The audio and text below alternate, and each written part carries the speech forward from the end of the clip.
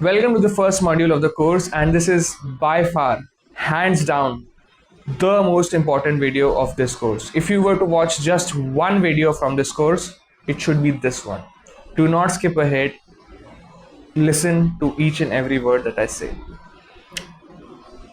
Mindset is how you think, how you believe, and how you approach a particular topic or a subject or anything in life, basically. For in this case, how you approach studying, and it's all mental. And I believe that most of the things in our life can be solved if we have a right mindset. But mindset is a term which gets thrown around pretty everywhere, basically, in the self-improvement world, and no one really understands and defines what it means.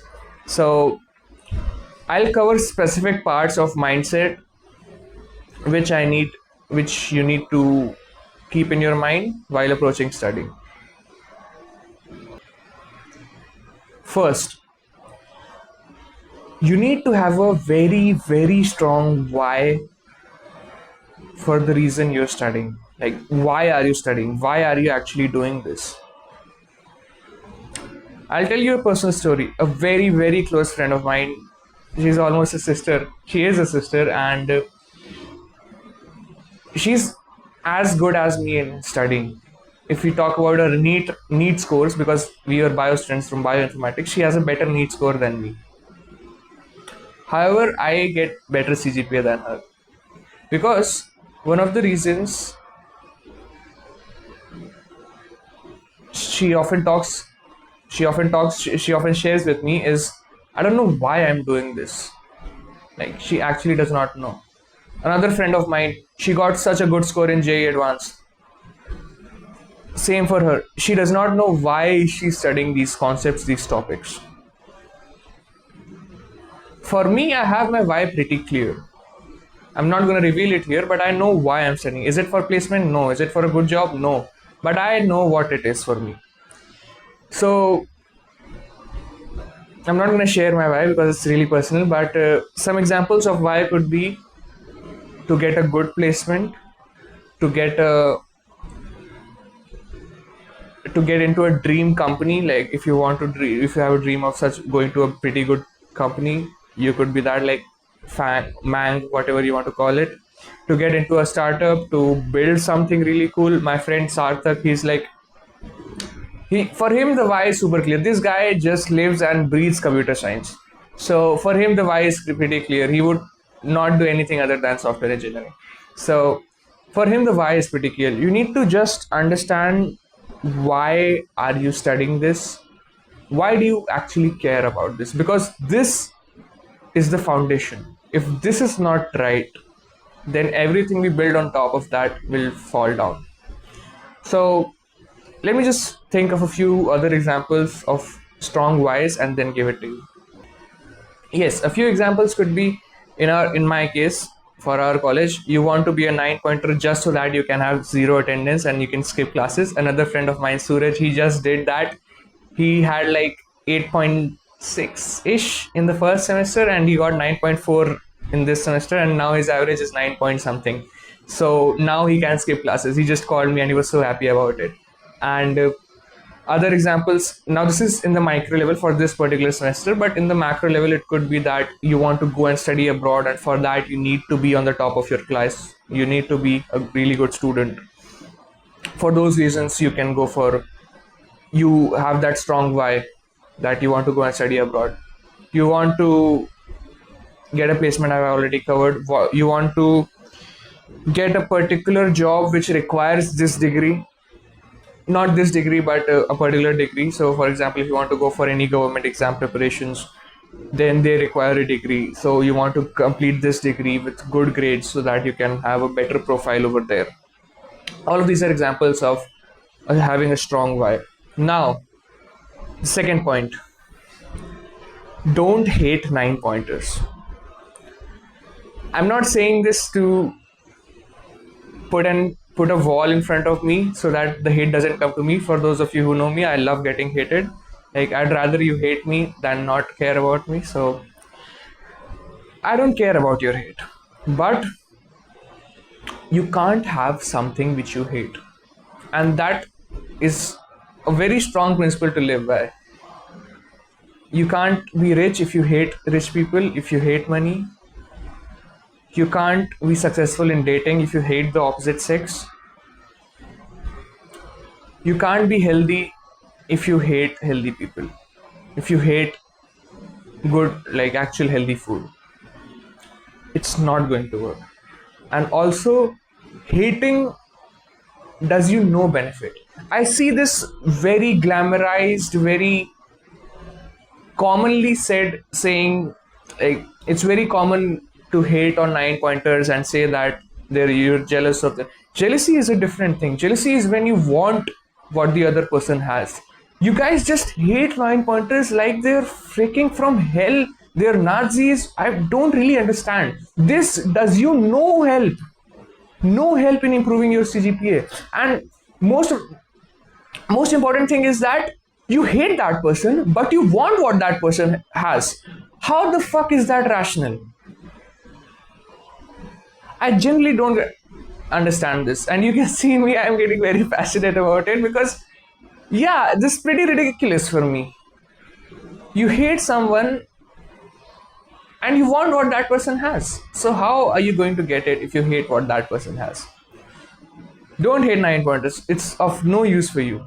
And this is also on a side note, all of those misandrists and misogynists, if you want the other person as a life partner, the other sex as a life partner, you can't hate them.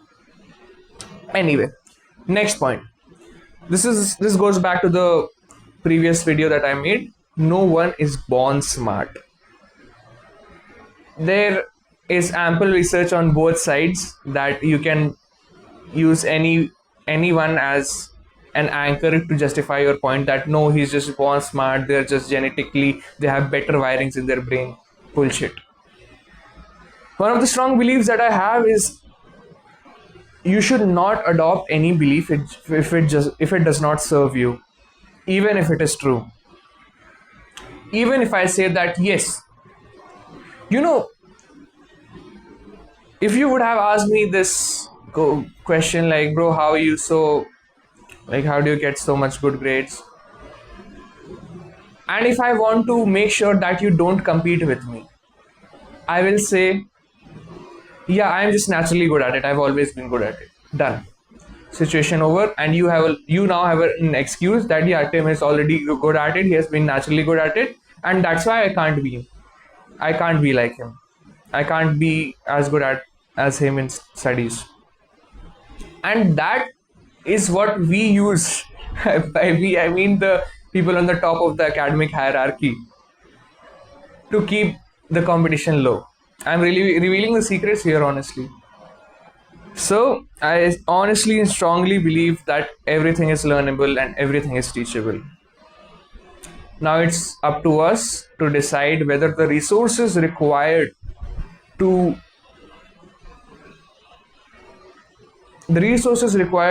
teach that skill to that person are worth it or not. To quote Alex Hormozi, my mentor and teacher, he says that a kid with Down syndrome, which is a mental disability disorder, can be made a neurosurgeon. Now the question is whether the resources, the time, energy and effort required to make that kid with Down syndrome a neurosurgeon is worth it or not. And I believe becoming a better learner is always worth it. It's 100% worth it. Next, this just builds upon my previous point. If you've been a quote average student always, and you have the belief that I can't just study, I really don't understand how it. I've never been on the top of the academic hierarchy in my class.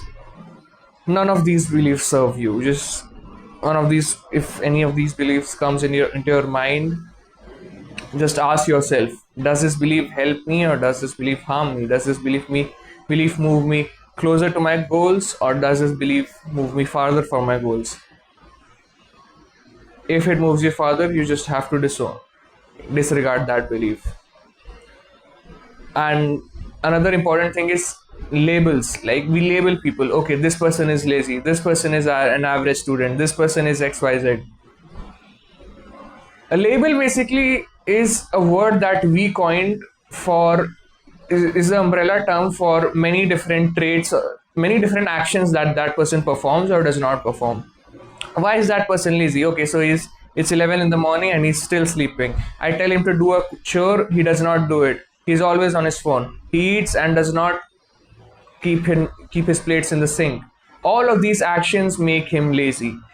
What that means is that if he does not perform those actions, he performs the opposite of his actions. He wakes up on time, he cleans up where he sits, he puts his plates in the sink, he remains neat and tidy. He is not a lazy person. The labels do not exist, it's just actions. Please, I want you to drill this deep in your mind that it's all about actions. If a person is where you want to be and you are not there, it's because they took the actions consistently for a long period of time to get there. It's all about action. And also, keep this in mind that this course will teach you how to study for marks. People glamorize and romanticize this idea of no, you should not study for marks, you should study for learning, you should study to get the knowledge and all of that stuff. And honestly, I've been with so many people who are great academically, and all of them have a specific focus on marks. Even if we go by the approach of studying for learning and studying to improve your own knowledge, I like game theory. Game theory, for those of you who don't know, it's like an economics principles, all of that. I like that. I like to study that for knowledge and learning for my own interest. But if it becomes a course, I would lose the knowledge, I would lose the interest that I have for it. Because then I would have to study it, understand, do the questions, and I would be graded in it. So then my approach would be different, because I can just, okay, I'm studying this game theory, I'm studying this principle, I can watch a story about it and it can be really cool. I just have to just really cover surface level stuff. But when it comes to marks, you have to get down to the specifics, solve questions, understand the concepts. So studying for your own knowledge and studying for marks are completely different things. Now, very important. This is also a very important topic.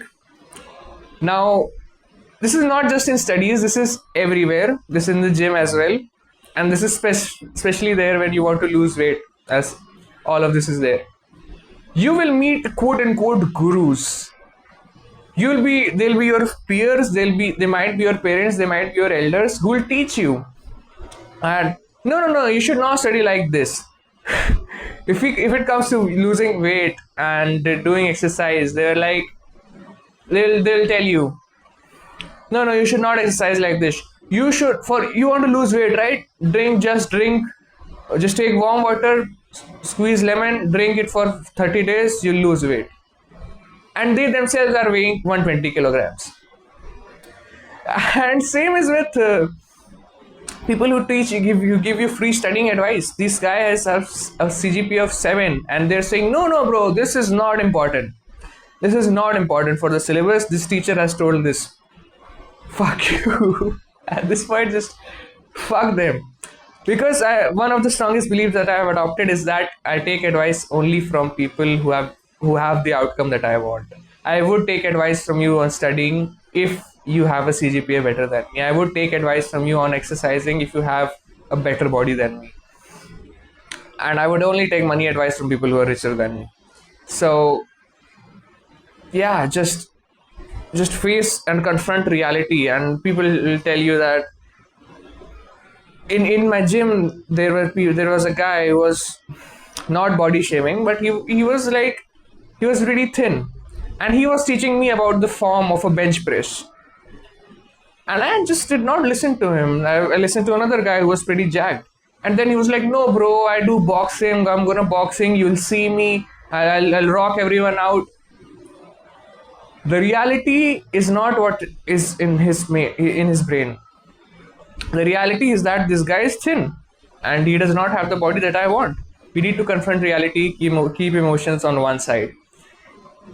This guy is not richer than me. And like, even it even comes down to your parents, honestly. Your parents will tell you you should study in a certain way, and yeah, sorry for that.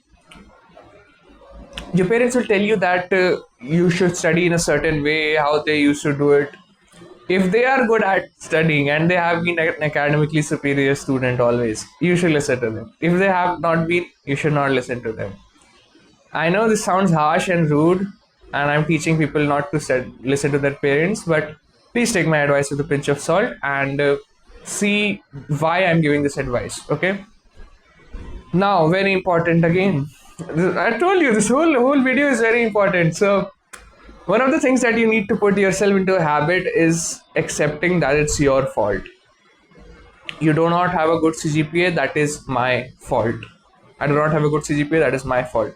It is not the teacher's fault, not the material's fault, not the college's fault, not the competition's fault. It is my freaking fault.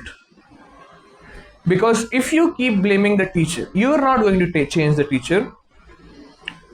I mean, in VIT you can have a different teacher, but you can't change the way this person teaches. You can't change the material that you have been given.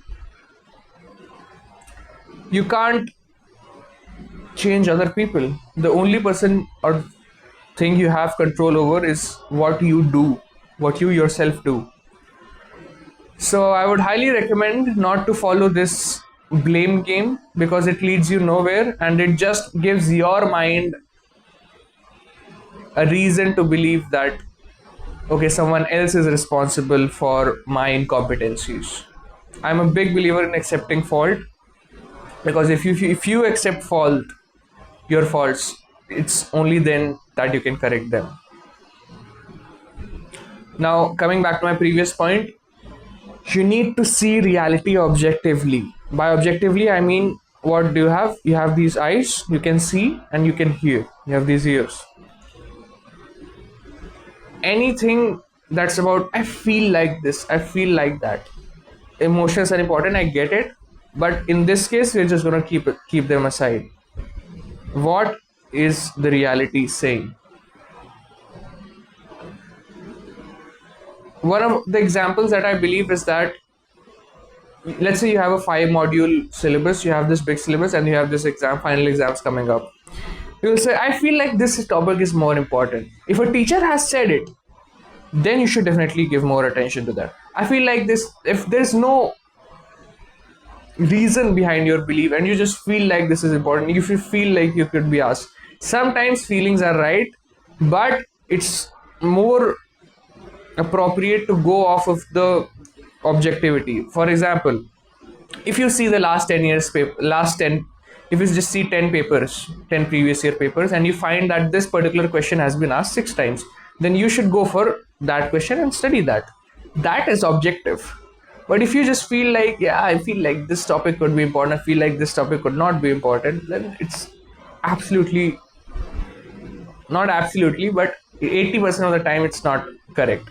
Because you could have a feel for different things, and this is one of the things that once you let's say you feel like something could be asked, and then you go to the exam and then you saw that was asked, then you would have this cognitive confirmation bias that, oh, I knew this would be asked. But you felt the same thing for 5 different topics, that yeah, they could be asked, and then one of them came. Then you have the confirmation that what I feel is correct.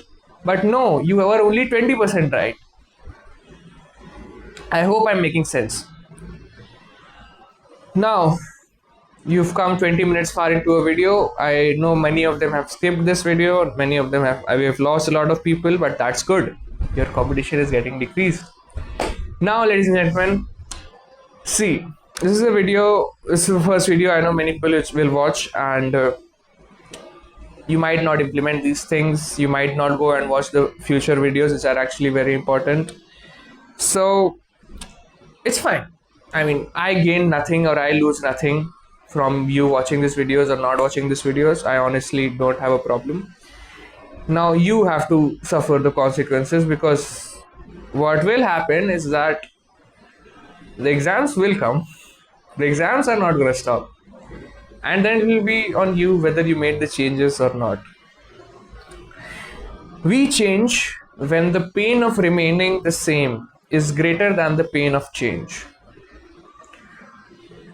Right now, you're in a spot which you don't like, and this happens with most of the people. Like my friends, they're so sad for 3-4 days, they'll ask me for advice, and then next time when I give them the advice, they won't execute it. And then in the exams, they're like, bro, teacher. I'm like, I'm not gonna teach you. So if the pain of remaining the same is not deep enough, you're not going to change. So if you feel like you're not going to implement these tactics, implement these videos, then just don't bother to begin with it. Like, go watch reels, go watch some good movie series. There are actually some good series out there. Go and watch these people and stay the same, and even get a bit lower CGPA and get lower marks. Okay, maybe that will help you. Maybe that will help you increase the pain of remaining the same. Okay, just do whatever you're doing and get the same marks, or even get the worse marks than you were getting previously. Yeah, just do that. What I mean to say is that it's you who decides whether the pain of remaining the same is greater than the pain of change or not. Because change is painful, remaining same is painful, everything is painful. Next, what we want to say is that this course might not make you the best 10-pointer top scorer of your college. Very less likelihood that is going to make you that if you're not that good at studies right now. What it can help you do is move towards that direction. Direction is more important than speed. If you just steer yourself, that's a good analogy. It's a good example from the book Atomic Habits. If a plane is moving from if a plane which is taking off from Los Angeles is rotated 3.5 degrees, its nose is rotated just 3.5 degrees. 3.5 degrees is barely anything. If it's rotated like that, it's moved south 3.5 degrees, then instead of landing in New York, it will land in Washington DC. Thousands of miles different, thousands of miles apart. So that just illustrates the point of incremental improvements. So we are just directionally correct. Will this course increase the likelihood that you get better marks? 100% yes. Will it make you the 10-pointer and the topper of the college? Maybe not. So with that said, this completes the first module of the course, probably the most important module, and I'll see you in the next one. Bye.